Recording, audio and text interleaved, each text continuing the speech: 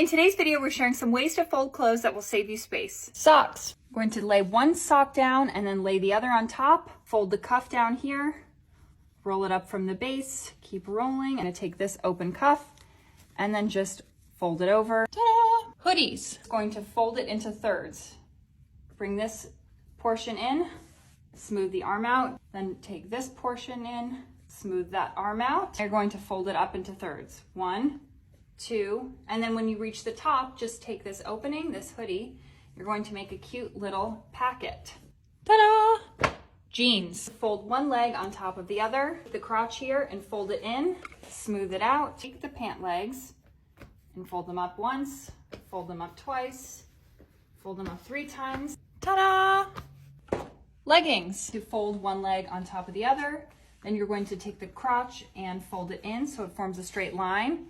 And then you're going to fold the bottom up halfway.